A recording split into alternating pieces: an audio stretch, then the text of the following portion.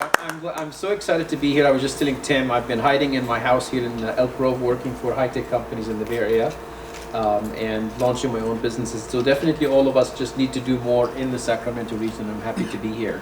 So our topic today is how do we perfect our startup pitch? And the funny thing that I did not tell Laura about is the fact that I'm personally working on a startup company myself. So we'll use that as part of the conversation. I'll share with you what I'm trying to do and what the aspiration behind it is. So before we get started, what we're going to do, we're going to try to test our own ability to just do a little bit of pitching to start with. So what we will do is we'll actually use a structure that consists of 3 sentences, and we'll use those to tell someone else in the room about an idea that's on your mind. We'll basically see if you have an idea, we're going to run that idea through a framework that we will use to actually pitch that idea. And the framework goes like this. Did you know? And then we'll finish the sentence. And then we'll say imagine, and we'll finish the sentence. And then we'll come back and say, if you're working on a solution for that problem, you'll share what that solution is. So I'll give you an example. Did you know that right now, most mortgage companies will never call you after they give you the mortgage? They rarely would. And if they called you, they actually won't even know your phone number or your account number, right? But imagine if there was a solution where we automatically look for the best mortgage product for you 365 days a year. Just imagine that. You know what? You don't have to imagine anymore. That's exactly what we're working on at Best Sketch, which is the company that I'm working in. It's a startup company that's focused on really automating a lot of the financial aspects of one's life that the financial services industry right now does not take a proactive approach to doing. So you don't have to imagine anymore. Will actually be in the App Store within the next 3 to 6 months, and that will be right there working for you day in, day out. Essentially every product you have, a mortgage, a HELOC, a car loan, which they will never call you again once you have it, we will actually then do the homework every single night. If we find a better loan, we'll send you a notification to your phone to tell you that there is a much better loan that you deserve, which will mean you'll have more money in your pocket and you'll end up paying far less for that car that you imagined based on that very first loan that you got. So that's what the company I'm working on really does. So we're going to use the same process to really just do a short exercise in the room, talking to someone else, basically tell them, did you know, imagine, and then you can share with them whether you have a solution or not. So I'm basically imagining there is an idea that you have in your mind of a company that you want to start, or maybe it's a company that you're working for, and you're really trying to use this formula that I just gave you to run it through the process of how do we communicate about that company that we're working in or startup idea that we're working on. Let's do it. So it should take us a few minutes. It will also give you a chance to meet someone in the room as well. So I hope you kind of got a taste for the framework that we just used. So we basically used a framework that goes, did you know, and then describe the problem, then imagine a solution for the problem, and then we basically will follow up either with the solution is in progress or the solution is something that we will be building. So just reactions from you. How did this exercise feel? Was it helpful in terms of helping you organize the ideas? Yes, yeah? Absolutely. Yeah. And I have to give credit to goes to actually to a communication expert by the name of Sam Horn. I think she's from the Bay Area, and she has really talked about this model a lot in a number of her books. But the beauty about the model is that it really helps us to, number one, spell out what the problem is, because sometimes our listener does not understand what the problem is. So we share with them specifically what is the issue that we're looking at, and then we start thinking about what does that solution look like if it existed, or if it does exist, because sometimes even the solution is looking for someone to speak to others about it, right? Raise the awareness around it. And that's how we can basically then further the conversation.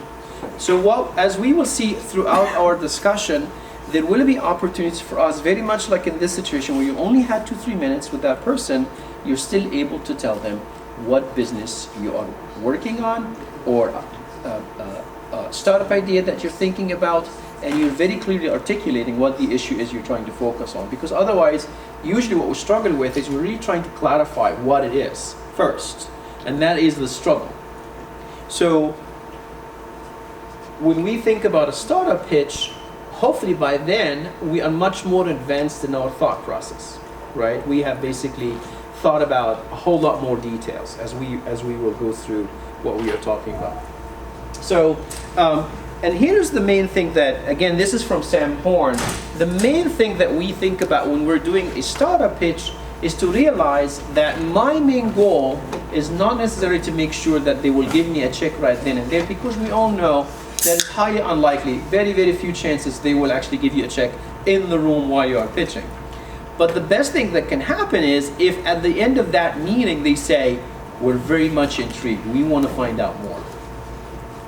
If you get that done, you have achieved a humongous milestone with the people in the room. The sense that you've been able to intrigue them enough with what you're talking about, they can see an opportunity, they immediately would want to find out more.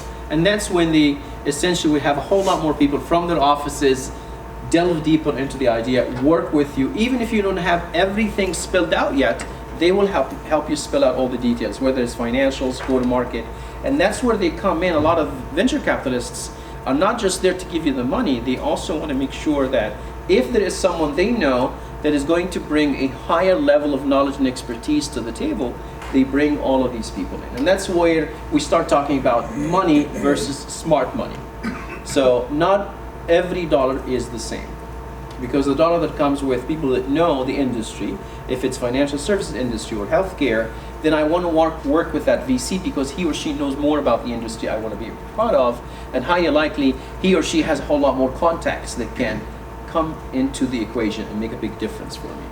So that's really why, as we will see in the following points we will cover, my goal is to help you develop the ability to create momentum in the room to the point that people who are looking at what it is that you want them to invest in, you have essentially built up that intrigue and that demand in them to the point that they say, we need to talk more. Okay? So we'll basically take a look at, how do we do that? So the main point we're trying to make is most VCs want to invest in Paul, in Sarah, in Abe, mostly to make sure they are going to work with someone that even if the idea ends up not being a great idea, they can still say this person has the fortitude and the grit to make something happen. Because most of the time, as I'm working on my own startup, I had to change my idea several times over the past 2 years. Pivoting. But the one thing that did not change is my passion behind it, is the fact that I want to see it happen, is the fact that I'm going to reach out to everybody under the sun that is going to help me push this idea forward. And you have to keep adapting. And that's why we always hear the statement, people will bet on the jockey and not on the horse. And the horse is the idea, because sometimes that idea, again, will shift. But if you communicate to them that I'm standing in front of you, yes, I'm here asking you for your money, but I want to also let you know that I'm here for the long term. I'm not going to come back 2 weeks from now and say, oh no, I've found something else I want to do, I'm going to go do it. You want to give them a sense that you believe in this cause. That's a very interesting word. I believe in this cause, that no matter what, I'm going to see this cause done, resolved, achieved. Because I feel so passionately about it that now it's become almost as a religious belief for me. I want to see the promised land that I have visualized. Does that make sense? Yes. So that's really why the whole idea, and I was talking with Peter before starting, this whole idea of communicating the passion behind it is very, very critical. So how do we get there? How do we get there? And this is important for us to remember, this quotation, because again, what I want to create in the room is the fact that I want them to feel like, my God, Paul there's something going on. This guy's onto something. He's onto something, right? That's essentially the feeling you want to create. And you may, after 10 meetings with 10 other startup groups, you've forgotten what Paul talked with you about, but you could remember how powerful the conversation was. And then you say to one of the associates in the room, can you remind me again, what was he talking about? Because by the end of the day, they listen to like 10 startup teams. It gets really confusing after a while, you can imagine, right? But if Paul left a feeling in them that, I want to find out more what he's talking about, then we got them intrigued. That's what we want to achieve, right? So how do we do that? So I came up with this model as I myself working on my startup, as well as also working on the side as an executive communications coach, make some money, fund the startup. I basically ended up coming up with a model that I use with executives at Cisco that I coach on their communications, and when I work with startup teams, I also developed it as a way to help them. Well, Ash, how do I get to that point where I am so powerful and impactful in my ability to give that presentation, give that pitch, to the point that they just can't wait. They cannot wait to get on the bus with me because I'm going places. Does that make sense? Yeah? So how do we do it? I essentially basically then came up with this triangle to basically say, fundamentally inside the issue that we're working on, there is this kind of tension that's happening. Whether it's a healthcare issue or a financial services issue or green energy issue, whatever it might be, there is this huge tension between where we are today versus where we need to be. By definition, you feel it inside of you that I wish I was there already, but I know I'm 2 years away or a year away or 2 years away, but that tension is inside of me and it's looking for a way to be resolved. And the way that I'm going to resolve that tension is that I'm basically going to get inspired by the tension, inspired by the fact that there is no solution that exists right now. Not as good as I want it to be, because maybe there is solution A, B, and C, but all of them, you've done the research, Paul, they ain't good. They're not cutting it. You can clearly see you're not cutting it. When I got a call from Wells Fargo saying, hey, Ash, what's your loan number? I'm like, that's not cutting it. That's not cutting it. You know my loan number. How come are you asking me for my loan number? And by the way, are you calling me to give me something better than what I have? Or are you just going to waste my time? That was the genesis for the company I'm working on. I mean, it was very logical to me on the other end of the phone that you call me up only if you have something better than what you've got. And don't ask me for my phone number. My loan number. It doesn't make any sense, right? So this inspires you. That's the inspiration. That's the I in the model. The inspiration then is to think about, how does this solution that I'm envisioning look like? And when I am developing it, as I develop it, then I basically get so excited about it that I want to talk to other people about it. Whether these investors give me money or not, I'm going to be talking about it until I get the investors that want to work with me. I'm going to make this thing happen. So essentially what we have developed here is something that will fire you up as a founder, will fire you up as a co-founder, even one of the members of the founding team, or even anyone you want to attract to the venture you're working on. Then all of a sudden, my God, this team, it's only a matter of time. It's only a matter of time. It's going to happen. As long as we have basically found an opportunity where clearly we see there's a gap. There's a gap between where things should be and where things are right now.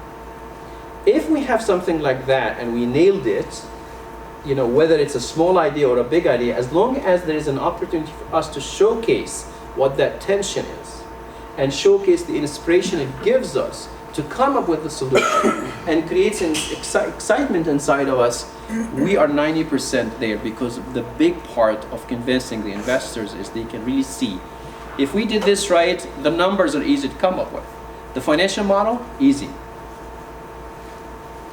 The user experience, we know we need to get it done. The marketing, it becomes obvious for us that we know who the end user is for whatever issue that we're talking about, to the point that we understand what we need to do about it.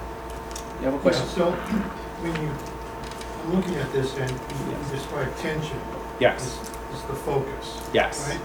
So you and I talked about it before, it's a little bit informative versus persuasive. Yes. Right? So in selling, which kind of is, we're doing this, you say you can appeal to one or two poles. Fear, greed. Yes. Right? Is that what we're trying to do here? Well, here, if we basically talk about, let's basically say, we're talking about clean water across America. Did you know that 40% of America is looking for clean water? I mean, here I'm not really looking for greed as much as I'm really looking for my American sisters and brothers to find clean water. I mean, honest to God, if you dig deep, you're going to find out that there are parts of America where there's no clean water. That is a humongous tension. I'm like, how are you spending all this money on these other things when you could be spending the money here? Mm-hmm. Or we're going to actually basically talk to each other about the fact that we're not doing enough reach out to people who have the money and they're looking for non-profit opportunities to make life better. Like the Bill Gates Foundation. We just need to articulate clearly. In my mind, it really comes down to someone who knows how to go tell a story that is so compelling. Very much like how we started. Did you know? Did you know? And that's how essentially we go through it. So to your point, you can actually apply this in for-profit or non-profit environments. So at Cisco, I worked with the top 200 accounts at Cisco. My job was to bring in thought leaders that essentially talk to them about how they can go make money from accounts that they were already making millions of dollars out of. Right? So yes, sometimes that's your goal. But even then, there is tension between, let's say, what AT&T has in servicing its customers from a networking perspective versus what AT&T could possibly have. And now we have a gap. Peter? So, the interest segment of the pension, wouldn't the founder always have some emotional attachment to that would represent greed or fear? I love that, because here's why there is a triangle. The tension should really be described from the founder's perspective, from the VC's perspective, and top of that triangle is that end user. That you're so passionate about the fact that this American citizen does not have clean water, and that's why you're here, and that's why you want that investor to work with you on. Great point. Thank you for that. That was a fantastic segue. So definitely the founder needs to be someone who is not just about a profit, but it's really more about a cause, a movement, something that is so powerful to the point that you feel like, you know what, if I hear 1,500 no's, just bring it on. Just bring it on. I believe so much in that cause that I know, I can already see it. It's going to happen. It's only a matter of time. And sometimes you're going to come back and say, you know what, not all startups are going to be like that. Maybe they are small opportunities. That's okay. What we really want is to build a muscle inside us to hopefully one day work on something that is bigger than all of us. Right? Because it's really going to come down to someone being able to go to Bill Gates Foundation and talk to them and tell them about the fact that there are pockets of huge poverty in America, for example. The difference between the distance between the solution and the money at the Bill Gates Foundation is the story in the middle. The story is the bridge that maybe one day cause the foundation to actually give the money out, or the VC in the Silicon Valley to give you the money for the venture that you're working on, if you're able to compellingly communicate the story, and if they can see in the way you're talking to them that no matter what, Paul is going to get it done. Now it's a question whether we give the money to Sarah or not. You see that? Yeah. So I think generally we all know how to tell a story. Yes. Right? The challenge for us is being able to provide some structure to it such that we hit all the key points that's needed to talk to an investor. Yes. Will you be able to show us that? We're getting there, definitely. So this was basically the piece about how do we then create that momentum for the conversation, for sure. We start with the inside first, then we come to the outside. So that was a very good point. So here I'm just sharing you an example of the startup that I'm working on. Very quick picture about Best Cash. Just as an example, a lot of financial services apps today are really more about when you go buy something from Walmart, we'll take the 20 cents that are remaining and we'll put them aside for you in a savings account. Those 20 pennies, we'll store them for you. And these companies are actually getting funding. Best Cash is not interested as much in the pennies as much as we're interested in the dollars and the huge amounts of money that we can actually save. So the question is, what is Best Cash and what does it do? So Best Cash is actually going to be a financial app similar to Mint. If anybody use Mint in the room? So Mint is really about the story of your financial life that happened yesterday. Best Cash is about your financial life as it happens right now when you are in the store, and the savings that you will get as a result of us making use of that information over the long term. Which essentially means we will take the information of your purchasing behavior, analyze it, come back and say, you buy this product regularly, we're going to bring you discounts on that product that you buy regularly.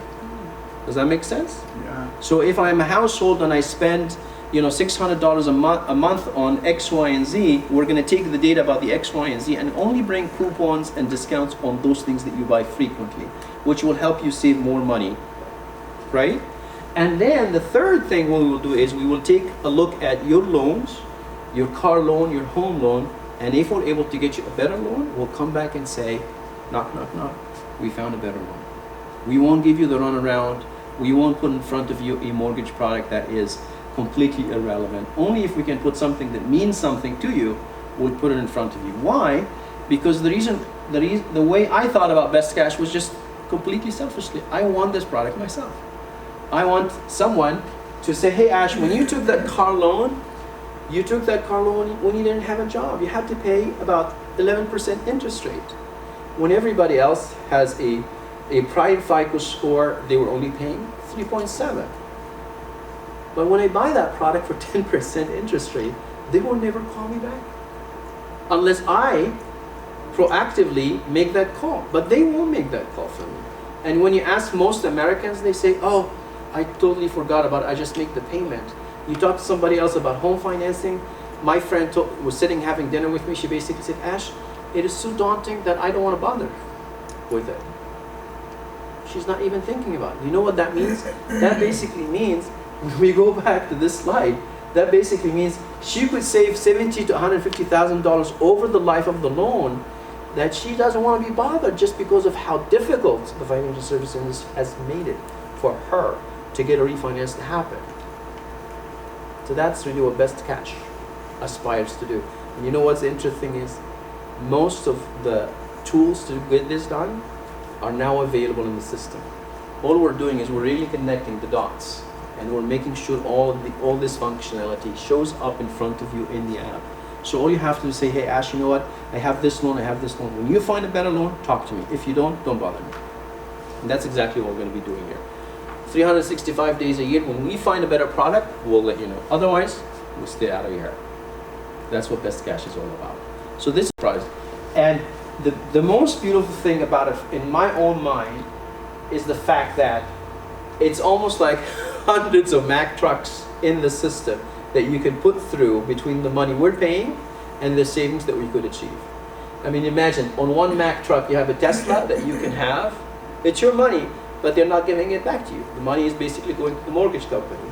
Or a new house that you can buy as an investment, or the fact that you have a cousin that you can pay for them to go to college. With the money that you have, this money is sitting in the system, and Best Cash is going to unlock all this money.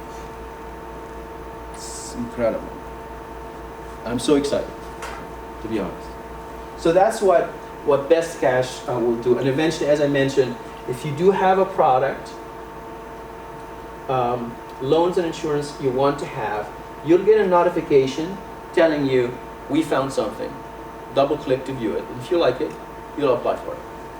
And here, those you already have, so we will do the homework. We'll come back and say, hey Paul, there's a new car insurance offer, much better than what Geico's giving you, because they will not necessarily proactively give you a call. Say, hey, you know that commercial that we talk about, the 15%?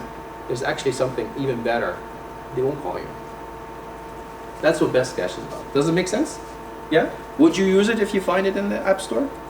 Yeah? So that's what... So what is this visual? What is that visual? It's basically like a screenshot of what the app will do. It will basically give you a notification on the screen, so you can double click on it, open the Best Cash app, and see the new loan that we are recommending. So it will basically say you're paying $275 a month. We have much better loan that you're only going to have to pay $200, which means you have $75 back in your pocket, and the fact that the overall interest you're paying is going to be less, which means you'll pay less for that car at the end of the day. Oh man, I'm Yeah. super there. Yes. Doesn't mean you'll get funding necessarily. No, of course, but hey, Yeah. every no is just one step closer to a yes. Yeah. Exactly. Yeah. Exactly. So now let's jump into what is the pitch, and we kind of got a little bit of a sampling of this when we did the very first exercise. That was a pitch that only took 2 to 3 minutes, maybe even less than that. So fundamentally, we're really trying to give the investor an idea about what is the context, what's the situation. Like when we started the exercise, we said, did you know? We're basically trying to get people to understand what is the big picture that we're really talking about. And then we're going to explain to them in a bit more detail what the problem is that you see. Very much like how I tried to describe the problem with mortgages. Most of the time, they won't call you back. And then, what is the solution that you envision in as much detail as you can? And then, what is the outcome going to be for that end user? And of course, when we remember the triangle, we basically said we have to talk about the outcome from the standpoint of the end user, number one. What is the outcome for the investor, number two? What is the outcome going to be for the founding team and the company itself as well? So those are the different people that we think about as we think about the outcome. Peter? What if it's like a platform type thing, where you have developers, users, investors, it becomes square? If there is like a fourth side to the equation, if a squared metaphor works better, absolutely make it work. Yes. Yeah. I just tried to simplify it a little bit. So fundamentally, these are the 4 pieces. Now we basically take another look at kind of digging deeper into what should I be covering, right? So in part 1, we're focusing on the problem statement as much as we can. We're trying to communicate what is the pain that people have, whether it's in the financial services or healthcare or real estate, whatever it might be, the issue that we're working with. As much as possible, I try to give as much detail as I can about why I believe there is an issue, why I believe there is a problem that is looking for a solution. And then part of that conversation is, why do you personally care so much about it? So kind of give them that angle. In the best case situation, I'm basically one of the customers of all these products. I'm looking for something much better, than much more proactive, right? You have a particular viewpoint on the subject. When we're talking about the solution and benefits, that's the place where I might actually show them a demo of the product or a minimum viable product. We're then going to look at who is the target customer. Have I done any level of validation? Did I go to people and show them the product and basically say, if this was available, would you actually use something like that?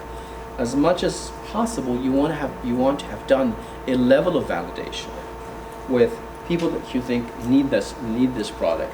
Makes a lot of sense, right? That you've done that. And who is the founding team? Again, the idea here, you're really trying to communicate again, who is that jockey team? Who are the different players in the team that will take this investment? And what if we need to pivot? Are these people have the strong fortitude that we need them to have? Do we have any partnerships already? Sometimes people will go and they will line up the first customer, they will line up the first partner, and then they go to the investors and say, we already have, Kaiser Permanente interested in this. Makes a big difference. Yes. Is it more enticing to already have like either a small customer base or partnerships to a VC or an angel investor when you're pitching? I think it would help because it really shows there is a bit of validation already. They don't have to do that themselves. So as much as possible, if we've basically gone down that road of the validation, makes a big difference. Because one of the things we'll talk about is the fact that you're really trying to put yourself in their shoes. For sure, you'll be raising these questions and looking for some kind of validation that says, when you invest in this, you're not going to be the only one who is investing in. Okay? The second part, we're thinking about what is the context, what's the competition, what does that competition look like, how much money do you need, what are you going to use the money for, How long is it going to take for you to actually have a credible number of users? What is the business model? How are we going to actually make money? What are the inputs? What is the process within the company? What's going to be the revenue that you see on the back end of that? All right, so that's kind of where we are right now. Yes. In that, how do you kind of stop yourself from going too detailed? Yes. And at what point do you say, okay, this is enough information, or I feel that this is enough information, rather than trying to literally spell out every single set? Yes. Yeah, I think you're right. I think for the venture capitalists, they're actually more interested how from a high level perspective would this model work. At the very end of the day, how many units, widgets we're selling, how often, what's the time frame, how long would it take us to get there?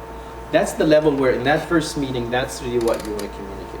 And of course, you always have the backup data, like a spreadsheet that has a financial model within it. That basically says, I'm going to sell 30,000 units. Here's how much money you'll get. Here's how long it's going to take us to sell them. And by the way, here's how we will actually do sell them. What is your go-to-market strategy? Are you going to using direct sellers to sell it? Are you selling it online? Are you selling it through partnerships? How is this going to happen? Any questions? Okay. And then finally, your call to action. And you can see here, kind of, I repeated that over here. And the main reason is, usually there would be Q&A. Usually there will be some questions if they are interested enough and intrigued enough. And what I would always recommend is, you don't want to take the call to action, then go to Q&A, answer a question, and then kind of things fall off. I want you to take the stage back and then remind them again that this is an opportunity they do not want to miss out on, and that you feel very strongly about it, and that you're very excited to work with them. That's essentially what we're doing here, sort of taking the stage back so that when I finish what I'm doing, I finish it on a high note. Assume right? the sell. I don't let it, Assume the sell.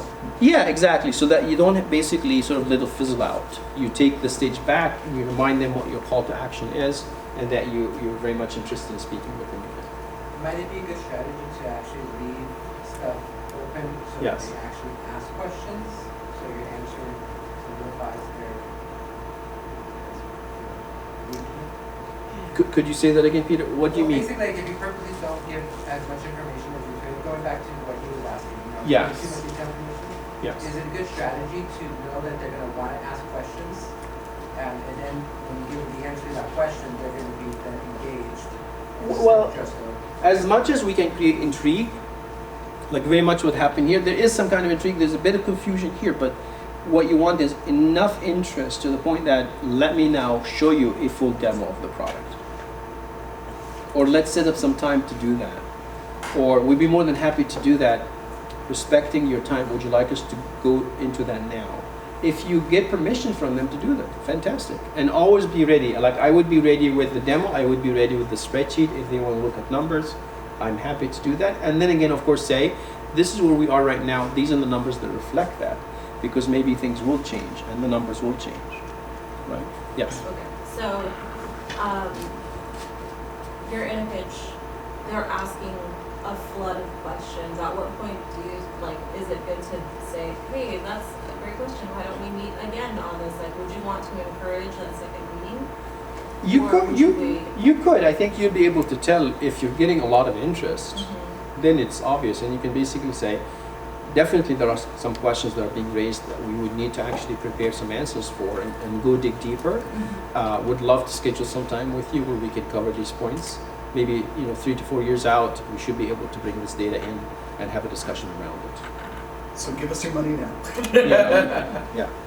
Because you really want to come across as much as you can, you really want to put the facade that this is not the only conversation you're having with VCs. Most people will basically tell you, if you're able to create a little bit of a momentum and competition, it's better for you.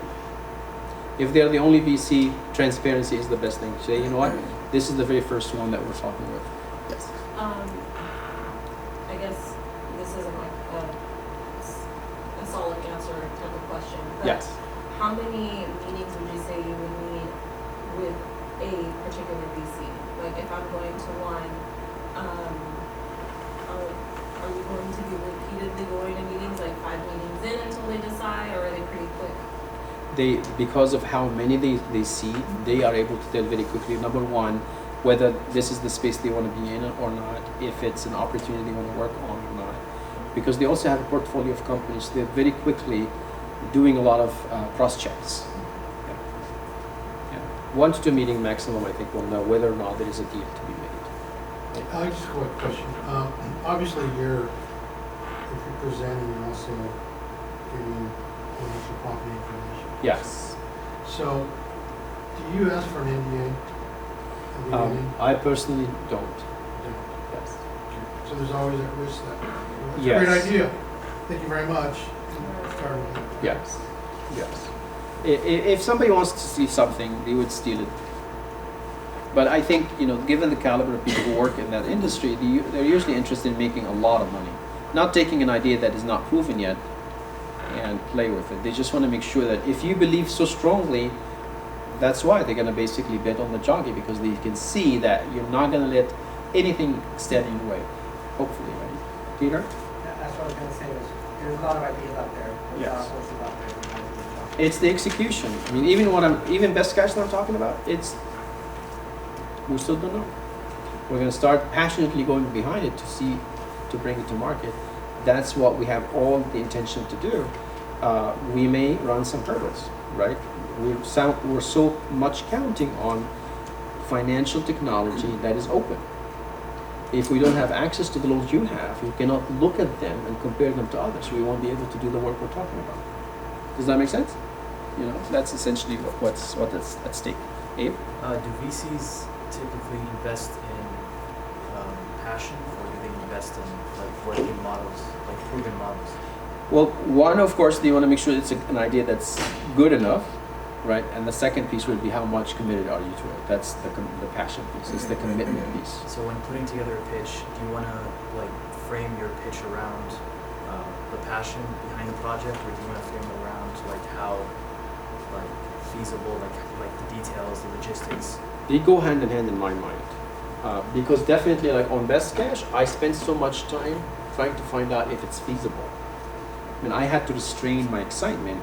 Number one, find out first if it's going to happen, and that's where the excitement gets bigger, because you see that now, especially in 2018, there are a lot of technologies that will make a lot of that possible. I was surprised. I was totally surprised that the data about all of these accounts exists and we can actually see them. I did not know. I worked at Schwab a long time ago, but I did not know all of these APIs now exist and make it possible for you to see the car loan, the home loan, pretty much any loan, and I can see the data, the interest rate, the balance, and I can compare it with what exists in the marketplace. No one is doing that right now, unfortunately, even though it's possible. Okay. So at the very bottom here, there is this sentence from the great Steve Jobs, and this is something that we will see at the very end, where even though I have all of this detail, I want to come up with a sentence that tells the story very quickly. And this example is phenomenal. It's just amazing, because it tells you what this device does in very simple terms, and it basically also helps you visualize how you'll use it. So when he was on the stage, he basically kept repeating the word songs, he kept reading the word iPod, and then at the very end of his talk, and he said, yeah, this amazing little device holds 1,000 songs and it goes right in your pocket. So the piece of advice here is, if you're able to talk about your startup with something like that, about the solution that you're building in this way, that would be phenomenal. Okay. This is a tool that some of you will find helpful. It's basically called the Business Model Canvas, and it helps you think through all the different facets of any business. You look at the partners, you look at the, from suppliers' perspective, investors, what is the business processes that you're going to be having in this business, what are the key resources, what is the main value proposition you have, what is the key problem the customer has, customer relationships, the channels, the customer segments, It kind of helps you in one chart kind of think about what's your cost structure, what's your revenue streams, even if you just use it to help you think about all those different aspects. There are several examples of this online. You can find the template, use it just to help you brainstorm around the solution that you're building.